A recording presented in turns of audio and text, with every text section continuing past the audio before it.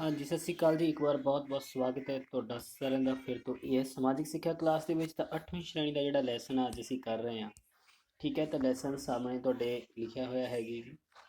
ਤੋ ਲੈਸਨ ਦਾ ਨੇਮ ਹੈ British rule, the education and British rule. ਯਾਨੀ ਕਿ ਬ੍ਰਿਟਿਸ਼ ਰੂਲਸ ਦੇ ਦੌਰਾਨ ਜਿਹੜੀ ਸਾਡੀ ਐਜੂਕੇਸ਼ਨ ਸੀਗੀ ਉਹ ਕਿਸ ਤਰ੍ਹਾਂ ਦੀ ਸੀ ਔਰ ਕਿਸ ਤਰ੍ਹਾਂ ਉਹਨਾਂ ਨੇ ਇੱਕ ਨਵੀਂ ਸਿੱਖਿਆ ਪ੍ਰਣਾਲੀ ਜਿਹੜੀ ਅਪਣਾਈ, ਕੀ ਕਾਰਨ ਸਨ ਉਸਦੇ ਔਰ ਕਿਹੜੇ-ਕਿਹੜੇ ਜਿਹੜੇ ਮਹਾਨ ਵਿਅਕਤੀਆਂ ਨੇ ਇਸ ਵਿੱਚ ਯੋਗਦਾਨ ਪਾਇਆ। तो फस्ट ऑफ ऑल ਜਿਹੜਾ ਪਹਿਲਾ ਪ੍ਰਸ਼ਨ ਹੈ ਤੁਹਾਡਾ ਔਰ ਤੁਹਾਡੀ ਜਾਣਕਾਰੀ ਲਈ ਦੱਸ ਦਈਏ, ਜਿਹੜਾ ਇਸ ਲੈਸਨ ਦੇ ਵਿੱਚੋਂ ਤੁਹਾਨੂੰ 2 ਨੰਬਰ ਦਾ ਜਿਹੜਾ ਪੇਪਰ ਆਏਗਾ ਪੰਜਾਬ ਸਕੂਲ ਐਜੂਕੇਸ਼ਨ ਦੀ ਜੋ ਵੰਡ ਕੀਤੀ ਗਈ ਬੋਰਡ ਦੇ ਅਨੁਸਾਰ, ਤਾਂ 2 ਮਾਰਕਸ ਦਾ ਜਿਹੜਾ ਇਹਦੇ ਵਿੱਚੋਂ ਇੱਕ ਕੁਐਸਚਨ ਹੀ ਆਉਣ ਵਾਲਾ ਹੈ ਸਾਨੂੰ। ਤਾਂ ਉਸ ਮੁਤਾਬਕ ਅਸੀਂ ਇਸ ਸਿਲੇਬਸ ਨੂੰ ਲੈ ਕੇ ਆਏ ਹਾਂ ਕਿ ਅਸੀਂ ਉਸੇ ਤਰ੍ਹਾਂ ਹੀ ਆਪਣੀ ਜਿਹੜੀ ਪੇਪਰ ਦੀ ਤਿਆਰੀ ਕਰਨੀ ਹੈ। ਠੀਕ ਹੈ, ਤਾਂ ਸਾਨੂੰ 2 ਨੰਬਰ ਦਾ ਪ੍ਰਸ਼ਨ ਇਸ ਲੈਸਨ ਦੇ ਵਿੱਚੋਂ ਆਉਣ ਵਾਲਾ ਹੈ, ਤਾਂ ਉਸ ਦੇ ਲਈ ਆਪਣੀ ਪ੍ਰਪੇਅਰੇਸ਼ਨ ਇਸ ਦੀ ਕਰਕੇ ਰੱਖਣੀ ਹੈ।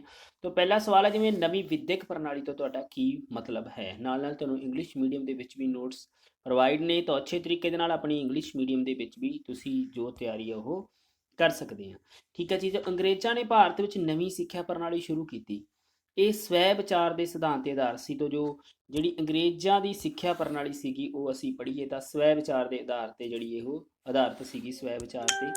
ਠੀਕ ਹੈ, ਤੋਂ ਇਸ ਪ੍ਰਣਾਲੀ ਵਿੱਚ ਅੰਗਰੇਜ਼ੀ ਭਾਸ਼ਾ ਤੇ ਪੱਛਮੀ ਸਾਹਿਤ ਪੜ੍ਹਾਇਆ ਜਾਂਦਾ ਸੀ। ਠੀਕ ਹੈ, ਤੋਂ ਆਧੁਨਿਕ ਜਿਹੜੀ ਵਿੱਦਿਆ ਪ੍ਰਣਾਲੀ ਸੀਗੀ, ਜਿਹੜੀ ਨਵੀਂ ਵਿੱਦਿਅਕ ਤਕਨੀਕ ਸੀ, ਉਹਦੇ ਵਿੱਚ ਕੀ ਸੀ, ਇੱਕ ਤਾਂ ਸਵੈ ਵਿਚਾਰ ਤੇ ਆਧਾਰਿਤ ਸੀ ਉਹ, ਤੇ ਔਰ ਦੂਸਰਾ ਇਸ ਪ੍ਰਣਾਲੀ ਦੀ ਅੰਗਰੇਜ਼ੀ ਭਾਸ਼ਾ ਅਤੇ ਪੱਛਮੀ ਸਾਹਿਤ ਆ ਜਿਹੜਾ ਉਹ ਪੜ੍ਹਾਇਆ ਜਾਂਦਾ ਸੀ। ਠੀਕ ਆ, ਤੋਂ ਇੰਗਲਿਸ਼ ਮੀਡੀਅਮ ਵਾਲੇ ਬੱਚੇ ਅੱਗੇ ਜਿਵੇਂ ਤੁਹਾਡੇ ਸਾਹਮਣੇ ਇਹ ਲਿਖਿਆ ਹੋਇਆ ਹੈ, what do you mean by the new education system. ਕਿਉਂਕਿ ਅਗਰ ਦੋਨੋਂ ਲੈਂਗੁਏਜ ਦੇ ਵਿੱਚ ਕਰਦੇ ਹਾਂ ਤਾਂ ਤੁਹਾਡੀ ਵੀਡੀਓ ਲੰਬੀ ਹੋ ਜਾਂਦੀ ਹੈ, ਇਸ ਕਰਕੇ ਤੁਸੀਂ ਇਸ ਨੂੰ ਅੰਡਰਸਟੈਂਡ ਕਰਨਾ ਹੈ। ਦਾ British introduced new education system in India. It was based on a principle. It was based on a principle of self-thinking. In this system, English language and Western ਜਿਹੜਾ ਲਿਟਰੇਚਰ ਵਾਸ ਦਾ ਥਾਟ, ਜਾਣੀ ਕਿ ਉਹ ਜਿਹੜੀ English language ਔਰ western ਜਿਹੜਾ ਇਹਦੇ ਵਿੱਚ ਕੀ ਆ ਉਹ ਜਿਹੜਾ ਪੜ੍ਹਾਇਆ ਜਾਂਦਾ ਸੀਗਾ, ਜਿਹੜਾ ਵੈਸਟਰਨ ਸਾਡਾ ਸੀਗਾ ਕਲਚਰ। ਠੀਕ ਹੈ, ਵੁੱਡ ਦੇ ਡਿਸਪੈਚ ਤੋਂ ਤੁਹਾਡਾ ਕੀ ਭਾਵ ਹੈ, ਇਹ ਬਹੁਤ ਮਹੱਤਵਪੂਰਨ ਪ੍ਰਸ਼ਨ ਰਹਿਣ ਵਾਲਾ ਬੇਟਾ। ਸਨ 1854 ਈਸਵੀ ਵਿੱਚ ਬੋਰਡ ਆਫ ਕੰਟਰੋਲ ਦੇ ਪ੍ਰਧਾਨ ਚਾਰਲਸ ਵੁੱਡ ਨੇ ਸਿੱਖਿਆ ਬਾਰੇ ਕੁਝ ਸਿਫਾਰਸ਼ਾਂ ਕੀਤੀਆਂ, ਇਹਨਾਂ ਨੂੰ ਵੁੱਡ ਡਿਸਪੈਚ ਕਿਹਾ ਜਾਂਦਾ ਸੀ। ਠੀਕ ਹੈ, ਯਾਨੀ ਕਿ ਵੁੱਡ ਡਿਸਪੈਚ ਕੀ ਸੀਗਾ ਕਿ 1854 ਈਸਵੀ ਦੇ ਵਿੱਚ 1854 ਈਸਵੀ ਦੇ ਵਿੱਚ ਜਿਹੜਾ ਇਹ ਚਾਰਲਸ ਵੁੱਡ ਦੁਆਰਾ ਸਿੱਖਿਆ ਦੇ ਵਿਕਾਸ ਦੇ ਲਈ ਕੁਝ ਮਹੱਤਵਪੂਰਨ ਜਿਹੜੀਆਂ ਸਿਫਾਰਸ਼ਾਂ ਕੀਤੀਆਂ ਗਈਆਂ ਸੀਗੀਆਂ। ਠੀਕ ਹੈ, ਤਾਂ ਉਸ ਨੂੰ ਵੁੱਡ ਡਿਸਪੈਚ ਕਿਹਾ ਜਾਂਦਾ ਸੀਗਾ। ਇਹ ਬਹੁਤ ਮਹੱਤਵਪੂਰਨ ਪ੍ਰਸ਼ਨ ਜਿਹੜਾ ਰਹਿਣ ਵਾਲਾ ਵੈਰੀ ਇੰਪੋਰਟੈਂਟ ਹੈ, ਤਾਂ ਇਸ ਨੂੰ ਤੁਸੀਂ ਜ਼ਰੂਰ ਕਰ ਲੈਣਾ। ਠੀਕ ਹੈ ਜੀ, ਅੱਗੇ ਹੈਗਾ ਇੰਗਲਿਸ਼ ਮੀਡੀਅਮ ਵਾਲੇ ਬੱਚੇ ਰਿਵਾਈਜ਼ ਕਰ ਲੈਣਗੇ ਇਸ ਨੂੰ। ਸਰ ਸੈਦ ਅਹਿਮਦ ਖਾਨ ਨੂੰ ਸਰ ਦੀ ਉਪਾਧੀ ਕਦੋਂ ਪ੍ਰਦਾਨ ਕੀਤੀ ਗਈ, ਉਹ ਕਦੋਂ ਮਾਰਿਆ ਗਿਆ ਸੀ। ਤਾਂ ਸਰ ਸੈਦ ਅਹਿਮਦ ਖਾਨ ਦੀ ਪਿਕ ਤੁਹਾਡੇ ਸਾਹਮਣੇ ਲਿਖੀ ਹੋਈ ਹੈ, ਤਾਂ ਉਹਨਾਂ ਨੂੰ ਸਰ ਸੈਦ ਅਹਿਮਦ ਖਾਨ ਨੂੰ 1888 ਈਸਵੀ ਵਿੱਚ ਸਰ ਦਾ ਖਿਤਾਬ ਦਿੱਤਾ ਗਿਆ। ਉਹਨਾਂ ਦੀ ਜਿਹੜੀ ਮੌਤ ਹੈਗੀ ਆ ਉਹ 1898 ਈਸਵੀ ਦੇ ਵਿੱਚ ਹੁੰਦੀ ਹੈ। ਠੀਕ ਹੈ, ਤੋਂ ਸਰ ਸੈਦ ਅਹਿਮਦ ਖਾਨ ਨੇ ਜਿਹੜਾ ਵਿੱਦਿਆ ਦੇ ਲਈ ਵੀ ਕਾਫੀ ਜਿਹੜਾ ਉਹਨਾਂ ਦਾ ਯੋਗਦਾਨ ਰਿਹਾ ਹੈ, ਸਰ ਸੈਦ ਅਹਿਮਦ ਖਾਨ ਦਾ। ਤਾਂ ਇਸੇ ਲਈ ਹੀ ਉਹਨਾਂ ਦੇ ਇਸ ਯੋਗਦਾਨ ਸਦਕਾ ਹੀ ਜਿਹੜੀ ਸਰ ਸੈਦ ਅਹਿਮਦ ਖਾਨ ਸੀਗੇ, ਉਹਨਾਂ ਨੂੰ ਜਿਹੜੀ ਇੱਕ ਅੱਛੇ ਉਹ ਵੀ ਮੁਸਲਮਾਨ ਸੀਗੇ ਔਰ ਸਮਾਜ ਸੁਧਾਰਕ ਸੀਗੇ। ਠੀਕ ਹੈ, ਇਸ ਲਈ ਉਹਨਾਂ ਨੂੰ ਵੀ ਕਾਫੀ ਜ਼ਿਆਦਾ ਉਹਨਾਂ ਦੇ ਯਾਨੀ ਕਿ ਜਿਹੜਾ ਸਹਿਯੋਗ ਦੇ ਸਦਕਾ ਹੀ 1875 ਈਸਵੀ ਦੇ ਵਿੱਚ ਅਸੀਂ ਇਸ ਲੈਸਨ ਦੇ ਵਿੱਚ ਪੜ੍ਹਿਆ ਹੈ। 1875 ਈਸਵੀ ਦੇ ਵਿੱਚ ਜਿਹੜਾ ਓਰੀਐਂਟਲ ਕਾਲਜ ਹੈ, ਠੀਕ ਹੈ, ਮੁਸਲਿਮ ਐਗਲੋ ਓਰੀਐਂਟਲ ਕਾਲਜ ਦੀ ਜਿਹੜੀ ਹੈ ਸਥਾਪਨਾ ਕੀਤੀ ਗਈ ਸੀਗੀ। ਕਿੱਥੇ ਕੀਤੀ ਗਈ ਸੀਗੀ? ਅਲੀਗੜ੍ਹ ਦੇ ਵਿੱਚ ਜਿਹੜੀ ਇਹ ਸਥਾਪਨਾ ਕੀਤੀ ਗਈ ਸੀਗੀ। ਠੀਕ ਹੈ, ਅਲੀਗੜ੍ਹ ਦੇ ਵਿੱਚ ਜਿਹੜੀ ਇਹ ਸਥਾਪਨਾ ਕੀਤੀ ਗਈ ਸੀਗੀ। ਠੀਕ ਹੈ, ਤੇ ਇਸ ਤਰ੍ਹਾਂ ਤੁਸੀਂ ਆਪਣੀ ਬੁੱਕ ਦੀ ਸਹਾਇਤਾ ਲੈ ਕੇ ਉਸ ਦੇ ਵਿੱਚ ਸਰ ਸੈਦ ਅਹਿਮਦ ਖਾਨ ਔਰ 1920 ਈਸਵੀ ਦੇ ਵਿੱਚ ਇਸ ਜਿਹੜਾ ਕਾਲਜ ਸੀਗਾ ਅਲੀਗੜ੍ਹ ਮੁਸਲਿਮ ਵਿਸ਼ਵ ਵਿਦਿਆਲਿਆ ਸਥਾਪਿਤ ਕੀਤਾ ਗਿਆ। 1920 ਈਸਵੀ ਦੇ ਵਿੱਚ ਜਿਹੜਾ ਉਹ ਹੋਇਆ ਵਿਸ਼ਵ ਵਿਦਿਆਲਿਆ ਦੇ ਵਿੱਚ ਸਥਾਪਿਤ ਹੋ ਗਿਆ ਸੀ 1920 ਈਸਵੀ ਦੇ ਵਿੱਚ। ਜੋ 1920 ਈਸਵੀ ਦੇ ਵਿੱਚ 1875 ਦੇ ਵਿੱਚ ਓਰੀਐਂਟਲ ਕਾਲਜ ਸਥਾਪਿਤ ਕੀਤਾ ਗਿਆ, ਉਹ ਮੁਸਲਿਮ ਵਿਸ਼ਵ ਵਿਦਿਆਲਿਆ ਬਣ ਗਿਆ ਸੀਗਾ 1920 ਈਸਵੀ ਦੇ ਵਿੱਚ। ਠੀਕ ਹੈ, ਤੋਂ ਕਾਫੀ ਜ਼ਿਆਦਾ ਜਾਣਕਾਰੀ ਹੈ ਤੁਹਾਡੇ ਇਸ ਲੈਸਨ ਦੇ ਵਿੱਚ। ਅਗਰ ਤੁਸੀਂ ਬੜੇ ਅੱਛੇ ਧਿਆਨ ਦੇ ਨਾਲ ਇਸ ਨੂੰ ਕਵਰ ਕਰੋਗੇ ਤਾਂ ਜਿਹੜਾ ਇਸ ਵਿਸ਼ਵ ਵਿਦਿਆਲਿਆ ਦਾ ਪਹਿਲਾ ਕਾਲਜ ਦਾ ਪਹਿਲਾ ਪ੍ਰਿੰਸੀਪਲ ਸੀਗਾ ਉਹ ਐਮ ਬੈਂਕ ਸੀਗਾ। ਠੀਕ ਹੈ, ਅਗਰ ਅਸੀਂ ਮਿਸਟਰ ਬੈਂਕ ਜਿਹੜਾ ਇਸ ਦਾ ਪਹਿਲਾ ਪ੍ਰਿੰਸੀਪਲ ਸੀਗਾ ਇਸ ਕਾਲਜ ਦਾ। ਤਾਂ ਬੁੱਕ ਦੇ ਨਾਲ ਅਸੀਂ ਜ਼ਿਆਦਾ ਲੈ ਕੇ ਪੜ੍ਹ ਸਕਦੇ ਹਾਂ। ਤਾਂ ਫਿਲਹਾਲ ਸਰ ਸਈਦ ਅਹਿਮਦ ਖਾਨ ਨੂੰ ਜਿਹੜੀ ਸਰ ਦੀ ਉਪਾਧੀ ਦਿੱਤੀ ਜਾਂਦੀ ਹੈ ਉਹ 88 ਦੇ ਵਿੱਚ ਦਿੱਤੀ ਜਾਂਦੀ ਹੈ, ਠੀਕ ਹੈ ਜੀ, 1888 ਈਸਵੀ ਦੇ ਵਿੱਚ। ਔਰ ਜੇ ਉਹਨਾਂ ਦੀ ਮੌਤ ਦੀ ਗੱਲ ਹੋਈ ਹੈ ਤਾਂ 1898 ਈਸਵੀ ਦੇ ਵਿੱਚ ਅਸੀਂ ਉਸ ਨੂੰ ਲਿਖਣਾ ਹੈ। 1898 ਈਸਵੀ ਦੇ ਵਿੱਚ ਜਿਹੜੀ ਉਹਨਾਂ ਦੀ ਮੌਤ ਹੋ ਜਾਂਦੀ ਹੈ, ਠੀਕ ਹੈ। ਨੈਕਸਟ ਹੈ ਸਾਡੇ ਕੋਲੇ ਰਾਜਾ ਰਾਮ ਮੋਹਨ ਰਾਏ। ਤਾਂ ਰਾਜਾ ਰਾਮ ਮੋਹਨ ਰਾਏ ਦੇ ਵਿਸ਼ੇ ਦੇ ਵਿੱਚ ਜਾਣ ਤੋਂ ਪਹਿਲਾਂ ਤੁਹਾਨੂੰ ਉਹਦੀ ਪਿਕ ਵੀ ਦਿਖਾ ਰਹੇ ਹਾਂ ਜੀ। ਰਾਜਾ ਰਾਮ ਮੋਹਨ ਰਾਏ ਨੂੰ ਕਿਹੜੀਆਂ ਭਾਸ਼ਾਵਾਂ ਦੇ ਮਾਹਰ ਸਨ? ਤਾਂ ਰਾਜਾ ਰਾਮ ਮੋਹਨ ਰਾਏ ਬੰਗਾਲੀ, ਫਾਰਸੀ, ਸੰਸਕ੍ਰਿਤ, ਉਰਦੂ, ਅੰਗਰੇਜ਼ੀ ਅਤੇ ਯੂਨਾਨੀ ਭਾਸ਼ਾਵਾਂ ਦੇ ਜਿਹੜੇ ਸੀਗੇ ਮਾਹਰ ਸੀਗੇ ਰਾਜਾ ਰਾਮ ਮੋਹਨ ਰਾਏ, ਠੀਕ ਹੈ ਜੀ। ਤੋ ਰਾਜਾ ਰਾਮ ਮੋਹਨ ਰਾਏ ਦੇ ਵੀ ਕਾਫੀ ਜ਼ਿਆਦਾ ਜਿਹੜੇ ਸਾਡੀ ਸਿੱਖਿਆ ਦੇ ਐਜੂਕੇਸ਼ਨ ਦੀ ਗੱਲ ਕਰੀਏ ਤਾਂ ਉਹਨਾਂ ਨੇ ਵੀ ਬਹੁਤ ਜ਼ਿਆਦਾ ਜਾਣੀ ਕਿ ਕਹਿ ਲਓ ਕਿ ਕਿਤਾਬਾਂ ਲਿਖੀਆਂ, 2 ਸਮਾਚਾਰ ਪੱਤਰ ਲਿਖੇ, ਜੋ ਅਸੀਂ ਵੱਡੇ ਕੁਐਸਚਨ ਦੇ ਵਿੱਚ ਡਿਸਕਸ਼ਨ ਕਰਾਂਗੇ, ਠੀਕ ਹੈ। ਤੋ ਇਸ ਤਰ੍ਹਾਂ ਇਹਨਾਂ ਨੇ ਵੀ ਕਾਫੀ ਜ਼ਿਆਦਾ ਤੇ ਇਹ ਵੀ ਜਿਹੜੇ ਭਾਰਤੀ ਲੋਕਾਂ ਨੂੰ ਪੱਛਮੀ ਸਿੱਖਿਆ ਦੇਣ ਦੇ ਹੱਕ ਵਿੱਚ ਸਨ ਰਾਜਾ ਰਾਮ ਮੋਹਨ ਰਾਏ ਜੀ, ਠੀਕ ਹੈ। ਤੋ ਅਗਲਾ ਕੁਐਸਚਨ ਹੈ ਸਾਡਾ ਕਿ ਈਸ਼ਵਰ ਚੰਦਰ ਵਿਦਿਆਸਾਗਰ ਦੁਆਰਾ ਕਿਹੜੀ ਜਿਹੜੀ ਕਿਤਾਬ ਆ ਉਹ ਲਿਖੀ ਗਈ ਸੀ? ਤੋ ਈਸ਼ਵਰ ਚੰਦਰ ਵਿਦਿਆਸਾਗਰ ਦੁਆਰਾ ਪ੍ਰੀਮੀਅਰ ਵਰਨਾ ਪ੍ਰੀਚੇ ਜੋ ਬੰਗਾਲੀ ਭਾਸ਼ਾ ਦੇ ਵਿੱਚ ਲਿਖੀ ਗਈ ਸੀਗੀ, ਠੀਕ ਹੈ। ਇਹ ਜਿਹੜੀ ਪੁਸਤਕ ਆ ਉਹਨਾਂ ਦੁਆਰਾ ਲਿਖੀ ਗਈ ਸੀਗੀ, ਠੀਕ ਹੈ। ਔਰ ਇਸ ਪੁਸਤਕ ਦਾ ਇਸ ਵਿੱਚ ਕੀ ਸੀਗਾ ਕਿ ਜਿਸ ਵਿੱਚ ਭਾਸ਼ਾ ਸਿੱਖਣਾ ਆਸਾਨ ਬਣਾਇਆ ਗਿਆ ਸੀ। ਇਸ ਪੁਸਤਕ ਦੇ ਵਿੱਚ ਉਹਨਾਂ ਨੇ ਭਾਸ਼ਾ ਨੂੰ ਸਿੱਖਣ ਦੇ ਲਈ ਜੋ ਅੱਜ ਕੱਲ੍ਹ ਵੀ ਪ੍ਰਚਲਿਤ ਹੈ, ਠੀਕ ਹੈ, ਉਹ ਲੜਕੀਆਂ ਦੀ ਸਿੱਖਿਆ ਦੇ ਦੇਣ ਦੇ ਖੇਤਰ ਵਿੱਚ ਵੀ ਉਹਨਾਂ ਦਾ ਜਿਹੜਾ ਵਿਸ਼ੇਸ਼ ਯੋਗਦਾਨ ਰਿਹਾ ਕਿਹਨਾਂ ਦਾ? ਸ਼੍ਰੀ ਈਸ਼ਵਰ ਚੰਦਰ ਵਿਦਿਆਸਾਗਰ ਜੀ ਦਾ, ਠੀਕ ਹੈ। ਤੋ ਇਸ ਤਰ੍ਹਾਂ ਅਸੀਂ ਇਸ ਜਿਹੜਾ ਲੈਸਨ ਦੇ ਵਿੱਚ ਮਹੱਤਵਪੂਰਨ ਜਾਣਕਾਰੀ ਹੈ ਉਸ ਨੂੰ ਕਲੈਕਟ ਕਰਦੇ ਰਹਾਂਗੇ। ਇੰਗਲਿਸ਼ ਮੀਡੀਅਮ ਵਾਲੇ ਬੱਚੇ ਜ਼ਰੂਰ ਕਰ ਲੈਣਗੇ। ਆਧੁਨਿਕ ਸਿੱਖਿਆ ਪ੍ਰਣਾਲੀ ਦੇ ਉਦੇਸ਼ਾਂ ਨੂੰ ਲਿਖੋ। ਹੁਣ ਆਧੁਨਿਕ ਸਿੱਖਿਆ ਪ੍ਰਣਾਲੀ ਦੇ ਕੀ ਉਦੇਸ਼ ਸਨ? ਜੋ ਆਧੁਨਿਕ ਸਿੱਖਿਆ ਪ੍ਰਣਾਲੀ ਜੋ ਅੰਗਰੇਜ਼ਾਂ ਦੁਆਰਾ ਲਿਆਂਦੀ ਗਈ ਸੀ, ਤਾਂ ਨੈਚੁਰਲੀ ਹੈ ਬੇਟਾ ਕਿ ਅਗਰ ਅੰਗਰੇਜ਼ਾਂ ਦੁਆਰਾ ਲਿਆਂਦੀ ਗਈ ਸੀ ਤਾਂ ਉਹਦੇ ਵਿੱਚ ਅੰਗਰੇਜ਼ਾਂ ਨੇ ਕਾਫੀ ਜ਼ਿਆਦਾ ਕਹਿ ਲਓ ਕਿ ਅਸੀਂ ਉਸ ਨੂੰ ਕਹਿ ਸਕਦੇ ਹਾਂ ਕਿ ਸਵਾਰਥ, ਕੁਛ ਨਾ ਕੁਛ ਤਾਂ ਉਹਨਾਂ ਦਾ ਸਵਾਰਥ ਹੋਏਗਾ ਉਹਦੇ ਪਿੱਛੇ। ਤਾਂ ਉਸ ਦੇ ਵਿੱਚ ਦੇਖੋ ਤੁਸੀਂ ਸਭ ਤੋਂ ਪਹਿਲਾਂ ਕਿ ਅੰਗਰੇਜ਼ਾਂ ਨੂੰ ਇਸ ਦਾ ਪ੍ਰਸ਼ਾਸਨ ਚਲਾਉਣ ਲਈ ਕੁਝ ਪੜ੍ਹੇ ਲਿਖੇ ਜਿਹੜੇ ਭਾਰਤੀਆਂ ਦੀ ਲੋੜ ਸੀ। ਤਾਂ ਹੁਣ ਅਸੀਂ ਜਾਣਦੇ ਹਾਂ ਕਿ ਜਦੋਂ ਅੰਗਰੇਜ਼ਾਂ ਦੀ ਜੋ ਸਾਡੇ ਸੱਤਾ ਬਣ ਗਈ ਸੀ ਤਾਂ ਉਸ ਨੂੰ ਆਪਣੇ ਮੁਤਾਬਕ ਚਲਾਉਣ ਦੇ ਲਈ ਉਹਨਾਂ ਨੂੰ ਕੁਝ ਪੜ੍ਹੇ ਲਿਖੇ ਜਿਹੜੇ ਭਾਰਤੀਆਂ ਦੀ ਲੋੜ ਸੀ। ਇਸ ਲਈ ਉਹਨਾਂ ਨੇ ਆਪਣੀ ਸਿੱਖਿਆ ਦੇਣੀ ਜਿਹੜੀ ਆਰੰਭ ਕੀਤੀ ਲੋਕਾਂ ਨੂੰ। ਉਹਨਾਂ ਨੂੰ ਕੁਝ ਭਾਰਤੀਆਂ ਦੀ ਲੋੜ ਸੀ ਜੋ ਭਾਰਤੀਆਂ ਦੀਆਂ ਸਮੱਸਿਆਵਾਂ ਸੁਣਨ ਲਈ ਅੰਗਰੇਜ਼ੀ ਵਿੱਚ ਗੱਲਬਾਤ ਕਰ ਸਕਣ, ਠੀਕ ਹੈ। ਤੋ ਇੱਕ ਇਹ ਵੀ ਉਹਨਾਂ ਦਾ ਮਕਸਦ ਸੀਗਾ ਕਿ ਕਿਉਂਕਿ ਕਠਿਨ ਹੁੰਦਾ ਸੀਗਾ ਭਾਰਤੀ ਭਾਸ਼ਾਵਾਂ ਨੂੰ ਸਮਝਣਾ। ਫਿਰ ਅਗਰ ਅਸੀਂ ਕਿਸੇ ਲੈਂਗੁਏਜ ਨੂੰ ਸਮਝ ਨਹੀਂ ਸਕਦੇ ਤਾਂ ਉਸ ਦੀਆਂ ਸਮੱਸਿਆਵਾਂ ਦਾ ਅਸੀਂ ਸਮਾਧਾਨ ਕਿਸ ਤਰ੍ਹਾਂ ਕਰ ਸਕਦੇ ਹਾਂ। ਇਸੇ ਤਰ੍ਹਾਂ ਅੰਗਰੇਜ਼ਾਂ ਨੇ ਇਸ ਚੀਜ਼ ਨੂੰ ਮਹਿਸੂਸ ਕੀਤਾ ਕਿ ਕੁਝ ਪੜ੍ਹੇ ਲਿਖੇ ਭਾਰਤੀਆਂ ਦੀ ਲੋੜ ਹੈ ਜੋ ਟਰਾਂਸਲੇਟ ਕਰ ਸਕਣ ਭਾਸ਼ਾ ਨੂੰ, ਭਾਰਤੀ ਭਾਸ਼ਾ ਨੂੰ ਅੰਗਰੇਜ਼ੀ ਦੇ ਵਿੱਚ, ਤੇ ਅੰਗਰੇਜ਼ੀ ਭਾਸ਼ਾ ਨੂੰ ਫਿਰ ਭਾਰਤੀ ਭਾਸ਼ਾ ਦੇ ਵਿੱਚ ਟਰਾਂਸਲੇਟ ਕਰਕੇ ਉਹ ਅੱਗੇ ਜਿਹੜਾ ਆਦਾਨ ਪ੍ਰਦਾਨ ਦਾ ਕੰਮ ਕਰ ਸਕਣ। ਅੰਗਰੇਜ਼ਾਂ ਦੀ ਨਜ਼ਰ ਵਿੱਚ ਅੰਗਰੇਜ਼ੀ ਪੜ੍ਹੇ ਲਿਖੇ ਭਾਰਤੀ ਆਸਾਨੀ ਨਾਲ ਈਸਾਈ ਧਰਮ ਵਿੱਚ ਤਬਦੀਲ ਹੋ ਸਕਦੇ ਸਨ। ਤਾਂ ਉਹਨਾਂ ਦੇ ਅਨੁਸਾਰ ਜਿਹੜੇ ਅੰਗਰੇਜ਼ੀ ਪੜ੍ਹੇ ਲਿਖੇ ਭਾਰਤੀ ਸੀਗੇ ਉਹਨਾਂ ਨੂੰ ਆਸਾਨੀ ਨਾਲ ਜਿਹੜਾ ਤਬਦੀਲ ਕੀਤਾ ਜਾ ਸਕਦਾ ਸੀਗਾ, ਠੀਕ ਹੈ। ਤਾਂ ਇਸ ਲਈ ਕੀ ਸੀਗਾ ਉਹਨਾਂ ਨੂੰ ਇਸ ਸੀਗਾ ਕਿ ਆਸਾਨੀ ਨਾਲ ਈਸਾਈ ਧਰਮ ਵਿੱਚ ਉਹਨਾਂ ਨੂੰ ਤਬਦੀਲ ਕੀਤਾ ਜਾ ਸਕਦਾ। ਇਹ ਵੀ ਇੱਕ ਉਹਨਾਂ ਦਾ ਜਿਹੜਾ ਸੀਗਾ ਮਕਸਦ ਸੀਗਾ ਜੋ ਅੰਗਰੇਜ਼ੀ ਭਾਸ਼ਾ ਉਹਨਾਂ ਨੇ ਸ਼ੁਰੂ ਕੀਤੀ ਸੀ। British needed some educated Indian to run its ਐਡਮਿਨਿਸਟ੍ਰੇਸ਼ਨਸ।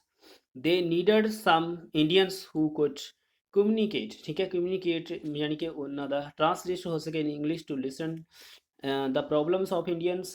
In the view of British, the English education Indians could easy to convert to Christian, ਠੀਕ ਹੈ। ਤਾਂ ਉਹਨਾਂ ਨੂੰ ਕ੍ਰਿਸਚੀਅਨਟੀ ਦੇ ਵਿੱਚ ਜਿਹੜਾ ਕ੍ਰਿਸਚਨ ਬਣਾਉਣ ਦੇ ਲਈ ਯਾਨੀ ਕਿ ਈਸਾਈ ਧਰਮ ਕਬੂਲ ਕਰਨ ਦੇ ਲਈ ਉਹਨਾਂ ਨੂੰ ਆਸਾਨੀ ਨਾਲ ਉਹ ਕੀ ਕਰ ਸਕਦੇ ਸਨ, ਠੀਕ ਹੈ ਜੀ।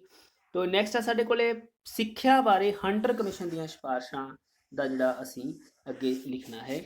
ਤੋ ਸਭ ਤੋਂ ਪਹਿਲਾਂ ਹੰਟਰ ਕਮਿਸ਼ਨ ਦੀ ਜੋ ਸੀਗਾ ਇਹ ਆਇਆ ਕਦੋਂ? ਤਾਂ ਇਸ ਦਾ ਤੁਸੀਂ ਨੋਟ ਕਰ ਲੈਣਾ ਹੈ ਆਪਣੇ ਕੋਲੇ 1882 ਈਸਵੀ ਦੇ ਵਿੱਚ ਜਿਹੜਾ ਹੰਟਰ ਕਮਿਸ਼ਨ ਆ ਉਹ ਸਿੱਖਿਆ ਦੇ ਵਿਕਾਸ ਲਈ ਹੰਟਰ ਕਮਿਸ਼ਨ ਆ ਜਿਹੜਾ ਨਿਯੁਕਤ ਕੀਤਾ ਗਿਆ ਸੀਗਾ, ਠੀਕ ਹੈ। ਤੋ ਇਹ ਅਸੀਂ ਸਾਨੂੰ ਜਾਣਕਾਰੀ ਹੋਣੀ ਚਾਹੀਦੀ ਹੈ ਕਿ ਹੰਟਰ ਕਮਿਸ਼ਨ ਜਿਹੜਾ ਕਦੋਂ ਨਿਯੁਕਤ ਕੀਤਾ ਗਿਆ। ਤਾਂ ਸਾਰਿਆਂ ਨੇ ਇਸ ਦਾ ਧਿਆਨ ਰੱਖਣਾ ਹੈ 1882 ਈਸਵੀ ਦੇ ਵਿੱਚ, ਠੀਕ ਹੈ। 1882 ਈਸਵੀ ਦੇ ਵਿੱਚ ਜਿਹੜਾ ਹੰਟਰ ਕਮਿਸ਼ਨ ਆ ਉਹ ਸਿੱਖਿਆ ਦੇ ਵਿਕਾਸ ਦੇ ਲਈ ਆਇਆ। ਤੇ ਇਸ ਦੇ ਕੁਝ ਜਿਹੜੀਆਂ ਸੀਗੀਆਂ ਮੁੱਖ ਜਿਹੜੀਆਂ ਗੱਲਾਂ ਸੀਗੀਆਂ ਇਹਦੇ ਵਿੱਚ ਉਹਦੇ ਬਾਰੇ ਵੀ ਅਸੀਂ ਚਰਚਾ ਕਰ ਲਈਏ। ਤਾਂ ਸਭ ਤੋਂ ਪਹਿਲਾਂ ਫਸਟ ਆਫ ਆਲ ਕਿ ਪ੍ਰਾਈਵੇਟ ਸਕੂਲਾਂ ਨੂੰ ਗ੍ਰਾਂਟਾਂ ਦਿੱਤੀਆਂ ਜਾਣ, ਠੀਕ ਹੈ, ਪ੍ਰਾਈਵੇਟ ਸਕੂਲਾਂ ਨੂੰ ਗ੍ਰਾਂਟਾਂ ਦਿੱਤੀਆਂ ਜਾਣ। ਸੈਕੰਡਰੀ ਸਕੂਲਾਂ ਵਿੱਚ ਸੁਧਾਰ ਕੀਤਾ ਜਾਣਾ ਚਾਹੀਦਾ ਹੈ। ਇਹ ਹੰਟਰ ਕਮਿਸ਼ਨ ਦੀਆਂ ਸਿਫਾਰਸ਼ਾਂ ਸੀਗੀਆਂ। 1882 ਈਸਵੀ ਦੇ ਵਿੱਚ ਇਹ ਆਇਆ ਸੀ।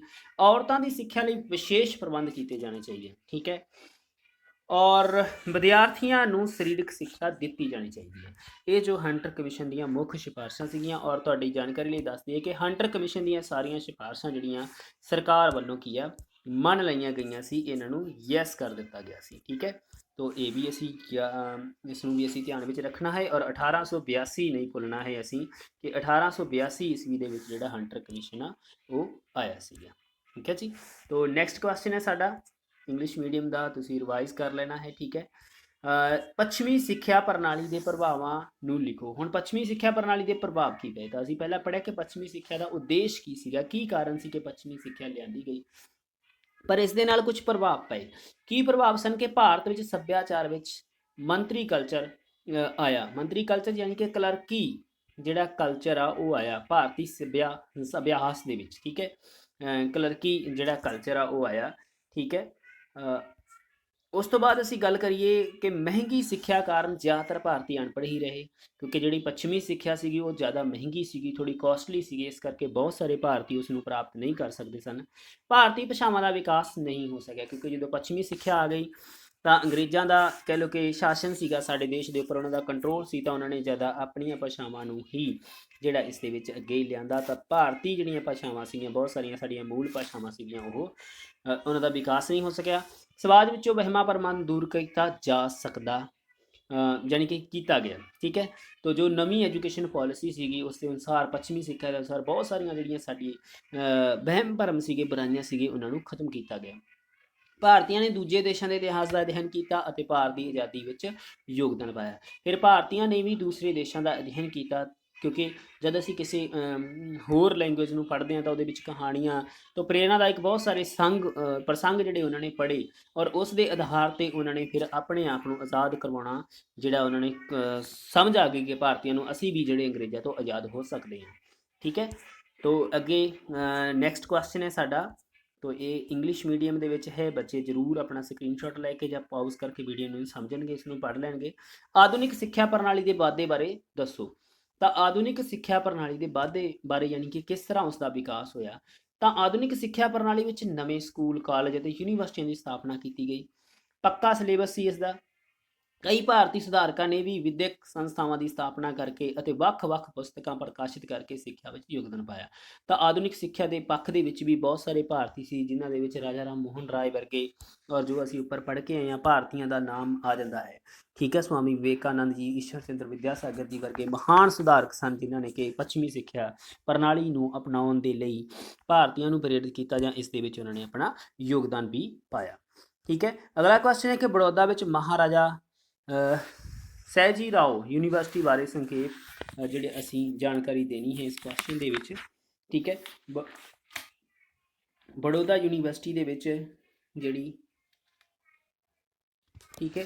ਤੋ ਇਸ ਕੁਐਸਚਨ ਦੇ ਵਿੱਚ 1881 ਵਿੱਚ ਮਹਾਰਾਜਾ ਸਹਿਜੀ ਰਾਓ ਤੀਸਰੇ ਦੁਆਰਾ ਜਿਹੜੀ ਹੈਗੀ ਆ ਨੇ ਬੜੌਦਾ ਕਾਲਜ ਦੀ ਸਥਾਪਨਾ ਕੀਤੀ। ਇਹ ਕਾਲਜ 1948 ਈਸਵੀ ਦੇ ਵਿੱਚ ਸਹਿਜੀ ਰਾਓ ਯੂਨੀਵਰਸਿਟੀ ਬਣ ਗਿਆ, ਠੀਕ ਹੈ। ਤਾਂ 1948 ਈਸਵੀ ਦੇ ਵਿੱਚ ਇਹ ਯੂਨੀਵਰਸਿਟੀ ਬਣ ਗਿਆ, ਠੀਕ ਹੈ। ਅੱਗੇ ਇਹ ਯੂਨੀਵਰਸਿਟੀ ਨਾਲ 20 ਪਬਲਿਕ ਸਕੂਲ ਅਤੇ 100 ਤੋਂ ਵੱਧ ਪ੍ਰਾਈਵੇਟ ਸਕੂਲ ਜੋੜੇ ਹੋਏ ਹਨ। ਇਹ ਗੁਜਰਾਤ ਦੀ ਇੱਕੋ ਇੱਕ ਯੂਨੀਵਰਸਿਟੀ ਹੈ ਜੋ ਪੂਰੀ ਤਰ੍ਹਾਂ ਅੰਗਰੇਜ਼ੀ ਮਾਧਿਅਮ ਵਿੱਚ ਸਿੱਖਿਆ ਦਿੰਦੀ ਹੈ, ਠੀਕ ਹੈ। ਤੋ ਇਹ ਬੜੌਦਾ ਯੂਨੀਵਰਸਿਟੀ ਸੀਗੀ ਜੋ ਮਹਾਰਾਜਾ ਸਹਿਜੀ ਰਾਓ ਯੂਨੀਵਰਸਿਟੀ ਹੈ, ਉਸ ਦੇ ਵਿਸ਼ੇ ਦੇ ਵਿੱਚ ਜਾਣਕਾਰੀ ਜਿਹੜੀ ਤੁਹਾਡੇ ਸਿਲੇਬਸ ਦੇ ਵਿੱਚ ਦਿੱਤੀ ਗਈ ਹੈ, ਠੀਕ ਹੈ। ਤੋ ਨਾਮ ਦੇ ਵਿੱਚ ਹੋ ਸਕਦਾ ਹੈ ਕਈ ਵਾਰੀ ਜਿਵੇਂ ਸਿਆਜੀ ਰਾਓ ਲਿਖਿਆ ਹੋਇਆ ਤੁਹਾਡੇ ਐੜਾ ਪਾਇਆ ਹੋ ਸਕਦਾ ਹੈ, ਤਾਂ ਨਾਮ ਦੇ ਵਿੱਚ ਤੁਸੀਂ ਧਿਆਨ ਰੱਖਣਾ ਹੈ ਕਿ ਨਾਮ ਤੁਸੀਂ ਸਹੀ ਕਰ ਲੈਣਾ ਹੈ, ਅਗਰ ਲਿਖਣ ਦੇ ਵਿੱਚ ਕਈ ਵਾਰ ਕੋਈ ਰਹਿ ਜਾਂਦੀ ਹੈ। ਆਈ ਹੋਪ ਕਿ ਤੁਹਾਡੀ ਬੁੱਕ ਦੇ ਉੱਪਰ ਸਿਆਜੀ, ਠੀਕ ਹੈ, ਸਿਆਜੀ ਰਾਓ ਲਿਖਿਆ ਹੋਏਗਾ, ਤਾਂ ਤੁਸੀਂ ਉਸ ਤਰੀਕੇ ਨਾਲ ਇਸ ਨੂੰ ਲਿਖ ਲੈਣਾ ਕਿ ਟਾਈਪ ਕਰਨ ਦੇ ਵਿੱਚ ਕਈ ਵਾਰ ਕੋਈ ਮਿਸਟੇਕ ਹੋ ਜਾਂਦੀ ਹੈ, ਤਾਂ ਉਸ ਨੂੰ ਤੁਸੀਂ ਆਪਣੀ ਬੁੱਕ ਜੋ ਪੰਜਾਬ ਬੋਰਡ ਦੀ ਬੁੱਕ ਹੈ ਉਸ ਨਾਲ ਜਿਹੜਾ ਸੰਬੰਧਿਤ ਹੈ, ਠੀਕ ਹੈ, ਆਪਣੀ ਜਿਹੜੀ ਪੂਰੀ ਜਾਣਕਾਰੀ ਸਹੀ ਕਰ ਲੈਣੀ ਹੈ। ਨੈਕਸਟ ਹੈ ਕੁਐਸਚਨ ਸਾਡਾ ਕਿ ਆਧੁਨਿਕ ਸਿੱਖਿਆ ਪ੍ਰਣਾਲੀ ਦੇ ਖੇਤਰ ਵਿੱਚ ਰਾਜਾ ਰਾਮ ਮੋਹਨ ਰਾਏ ਦੇ ਯੋਗਦਾਨ ਦੀ ਵਿਆਖਿਆ ਕਰੋ।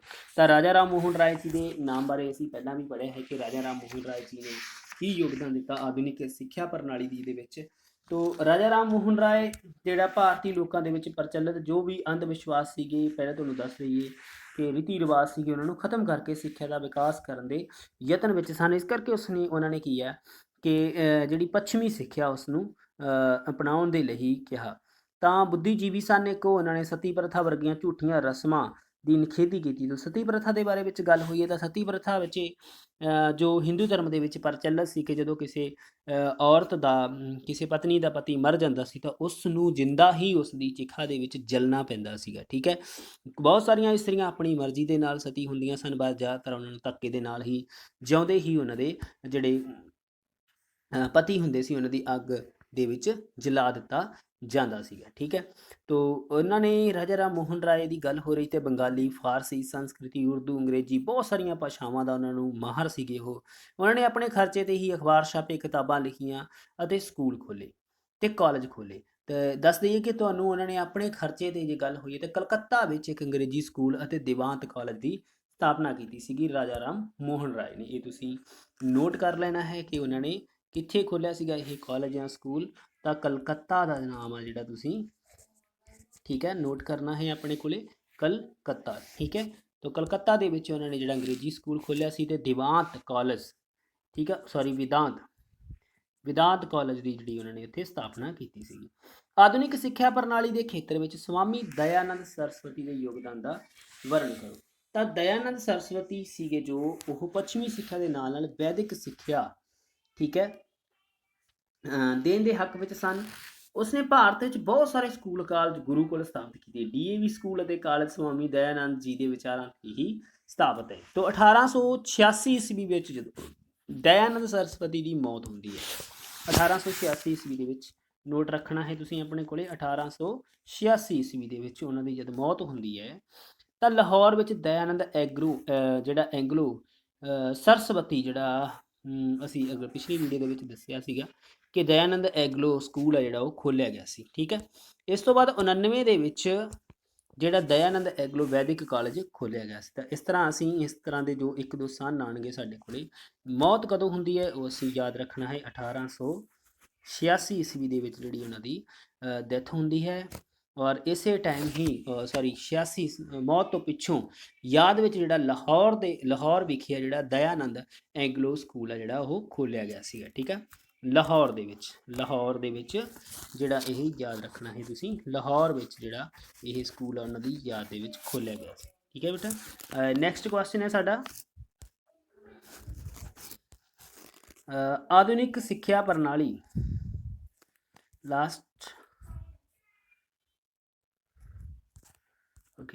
ਆਧੁਨਿਕ ਸਿੱਖਿਆ ਪ੍ਰਣਾਲੀ ਦੇ ਖੇਤਰ ਵਿੱਚ ਈਸ਼ਵਰ ਚੰਦਰ ਵਿਦਿਆਸਾਗਰ ਜੀ ਦਾ ਕੀ ਯੋਗਦਾਨ ਰਿਹਾ। ਤਾਂ ਈਸ਼ਵਰ ਚੰਦਰ ਵਿਦਿਆਸਾਗਰ ਜੀ ਦਾ ਬਹੁਤ ਜ਼ਿਆਦਾ ਯੋਗਦਾਨ ਰਿਹਾ। ਤਾਂ ਇੱਕ ਪ੍ਰਸਿੱਧ ਬੁੱਧੀਜੀਵੀ ਸਨ, ਤਾਂ ਉਹਨਾਂ ਨੇ ਬੰਗਾਲੀ ਵਿੱਚ ਪ੍ਰੀਮੀਅਰ ਵਰਨਾ ਪ੍ਰਿਚੇ ਨਾਂ ਦੀ ਇੱਕ ਕਿਤਾਬ ਲਿਖੀ ਸੀ ਤੇ ਔਰਤਾਂ ਨੂੰ ਸਿੱਖਿਆ ਦੇਣ ਦੇ ਉਹ ਹੱਕ ਵਿੱਚ ਸਨ, ਈਸ਼ਵਰ ਚੰਦਰ ਵਿਦਿਆਸਾਗਰ ਜੀ। ਠੀਕ ਹੈ, ਤਾਂ ਅਸੀਂ ਇਹਨਾਂ ਦੇ ਵਿਸ਼ੇ ਦੇ ਵਿੱਚ ਜੋ ਸਾਡੀ ਬੁੱਕ ਵਿੱਚ ਲਿਖਿਆ ਹੈ ਉਸ ਦੇ ਮੁਤਾਬਕ ਅਸੀਂ ਆਪਣੇ ਸਿਲੇਬਸ ਮੁਤਾਬਕ ਹੀ ਉਹਨਾਂ ਬਾਰੇ ਜਾਣਕਾਰੀ, ਈਸ਼ਵਰ ਚੰਦਰ ਵਿਦਿਆਸਾਗਰ ਜੀ। ਠੀਕ ਹੈ ਬੇਟਾ, ਤੋ ਇਹ ਜੋ ਕੁਐਸਚਨ ਸੀਗੇ ਤੁਹਾਡੇ ਲੈਸਨ ਦੇ ਨਾਲ ਸੰਬੰਧਿਤ, ਤੁਹਾਡੇ ਪਾਠ ਦੇ ਨਾਲ ਸੰਬੰਧਿਤ, ਅਸੀਂ ਸਾਰੇ ਹੀ ਕੁਐਸਚਨਸ ਦੀ ਰਿਵੀਜ਼ਨ ਕੀਤੀ ਹੈ। ਆਈ ਹੋਪ ਕਿ ਤੁਹਾਨੂੰ ਸਾਰਿਆਂ ਨੂੰ ਵੀਡੀਓ ਪਸੰਦ ਆਈ ਹੋਗੀ। ਅਗਰ ਵੀਡੀਓ ਪਸੰਦ ਆਈ ਹੈ ਤਾਂ ਲਾਈਕ ਸ਼ੇਅਰ ਕਮੈਂਟ ਜ਼ਰੂਰ ਕਰਨਾ ਔਰ ਇਸ ਦੇ ਨੋਟਸ ਤੁਸੀਂ ਫਟਾਫਟ ਬਣਾ ਲੈਣੇ। ਯਾਦ ਰਹੇ ਇਸ ਲੈਸਨ ਦੇ ਵਿੱਚੋਂ 2 ਨੰਬਰ ਦਾ ਪ੍ਰਸ਼ਨ ਆਉਣਾ ਹੈ ਤੁਹਾਨੂੰ। ਪੰਜਾਬ ਬੋਰਡ PSEB ਦੀ ਜੋ ਡਿਮਾਂਡ ਹੈ, ਉਹਨਾਂ ਨੇ ਜੋ ਸਿਲੇਬਸ ਜੋ ਦਿੱਤਾ ਹੈ PSEB ਵੱਲੋਂ, ਪੰਜਾਬ ਐਜੂਕੇਸ਼ਨ ਬੋਰਡ ਵੱਲੋਂ, ਉਹਦੇ ਮੁਤਾਬਕ ਠੀਕ ਹੈ ਤੁਹਾਨੂੰ ਸਿਰਫ 2 ਨੰਬਰ ਦਾ ਇੱਕ ਕੁਐਸਚਨ ਆਏਗਾ, ਇਹਦੇ ਵਿੱਚੋਂ ਇੱਕ ਕੁਐਸਚਨ। ਤਾਂ ਉਸ ਤਰੀਕੇ ਦੇ ਨਾਲ ਤੁਸੀਂ ਆਪਣੀ ਜਿਹੜੀ ਤਿਆਰੀ ਉਹ ਕਰ ਲੈਣੀ ਹੈ। ਤੁਹਾਡਾ ਸਾਰਿਆਂ ਦਾ ਸਮੇਂ ਬਹੁਤ ਬਹੁਤ ਸ਼ੁਭ ਰਹੇ। ਇਸੇ ਤਰ੍ਹਾਂ ਹੀ ਤੁਸੀਂ ਆਪਣੀ ਜਿਹੜੀ ਰਿਵੀਜ਼ਨ ਦੇ ਲਈ ਇਸ ਚੈਨਲ ਨਾਲ ਜੁੜੇ ਰਹੋ। ਸਮੇਂ-ਸਮੇਂ 'ਤੇ ਤੁਹਾਨੂੰ PDF ਭੇਜਦੇ ਰਹਾਂਗੇ। ਬਹੁਤ ਬਹੁਤ ਧੰਨਵਾਦ।